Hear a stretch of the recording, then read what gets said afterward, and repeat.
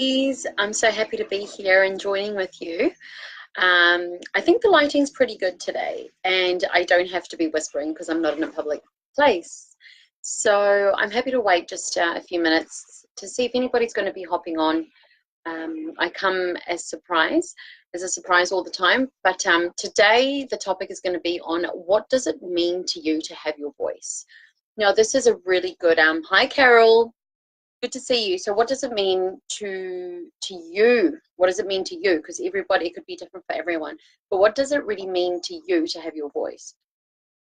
Now, this is a very interesting topic, and I felt called to talk about it openly today because we are shaping our life and our reality based on what we are expressing, and the way that we use our voice also determines the kind of boundaries that we need to hold for ourselves, and it shows people where we stand, like who we are, where we stand, and where they are to not cross the line, right? So I don't want to say to not cross the line like in a harsh way, but it's really in a way of for you to maintain your assertiveness and your own independence, okay, and for people to actually see you for who you are, okay.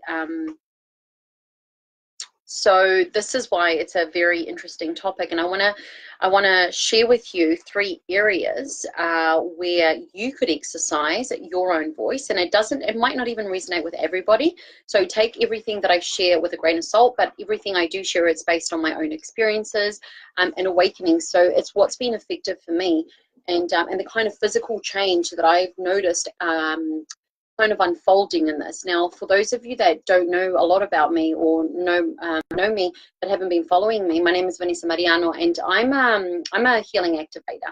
So what I do is I use language a lot. Like, language is actually a great part.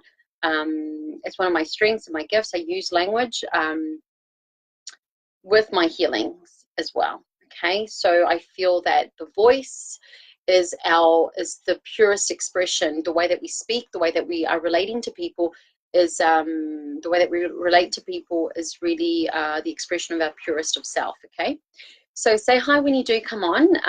I'm happy for people to be asking questions. Please put #live if you are watching the live, and #replay if you are watching the replay. Hey Sammy, hey Samantha, good to see you. So I'm happy for you to engage. If you do have any questions, I might answer the questions as we kind of engage. Hi Sammy. Or you can, wait for the, ask the questions at the end, whatever you feel called to. And I have to see when is best for me to answer them so that I'm not kind of like interrupting the flow of the conversation. So at the moment, I'm actually going through, just to give you like a little briefing about where I'm at. I've changed environments, so I'm right in the middle of shifting things. I'm moving home, so everything's been kind of like up and in the air. And this is a great time, I think, for people, or it has been a great time for myself, to truly stay grounded and to see how truthful I am within my own self, given the changes that are happening around me. So this is the time that we are most called to act from the truest center of who we are. Okay, so this is what I've been exercising a lot, and this is actually the topic that I'm bringing on today is really something that I felt that I needed to exercise a lot in this time of my life, and that I know is one of my strengths, and I want to share them with you, because you might take something away or you might not, and that's all good either way.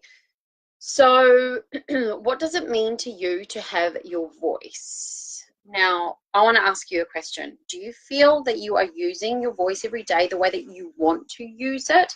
Do you feel that you're really truly expressing what you want and what you don't want in 3 areas of your life? And I'm going to mention them now. So first, in your living environment.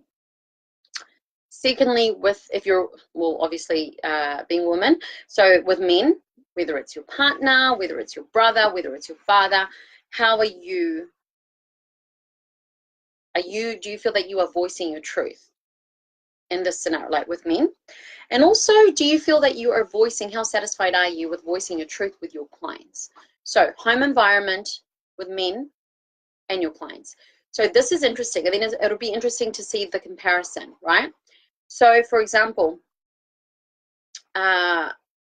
what I find, whether you are, if you're just moving into a living situation, I know a lot of people have been living, you know, in partnership for so long. So it's kind of, you know, I guess it's always a bit of more of an effort if you have dynamics established already, but it's never too late. And, you know, it doesn't mean that you can't readjust them, okay? Absolutely not. So in your living space and environment, what I found to be very fruitful, very helpful, was to state exactly the big no's. So it's kind of like saying, hey, here I am. So, you know, Vanessa's in the house, and, you know, these are the things that I am not going to be tolerating. Like, these are things that I'm not happy with, and that I don't, you know, this is what I'm looking for, and this is exactly what I expect to, you know, to have. So that whatever issues do come up, you can always kind of relate back to, you know, your necessities, you know, whatever's a priority to you. So first of all, I find is when you are whether you're sharing an environment, whether you are buying something, or, you know, renting it out, sharing with people, sharing it with your partner, it's really important that you say exactly what it is that you want. And it's important to be very cut with that, like very direct. Everybody brings their own personality to it, of course, but you've got to be very clear about what it is that you want. Okay, you may notice feelings of guilt and insecurity and not feeling worthy of, you know, stating what it is that you want. But remember, this is a time when you are voicing yourself to not have guilt, because remember, the voice comes, the Vishuddhi, which is the throat chakra, is responsible for your voice. And this is where we collect all the guilt. This is where we carry the guilt. And this is the part of our body, of our energetic channel, that helps us to be part and parcel of the whole, right? So we can adopt a language that doesn't necessarily have to create conflict. It may instigate conflict because not everybody's going to like to hear your truth. It's not going to like what you have to say, but that doesn't become your problem, right? It's just important that you assert yourself. So living environment, it's important to assert exactly what it is that you want and what you don't want, what you're not up to putting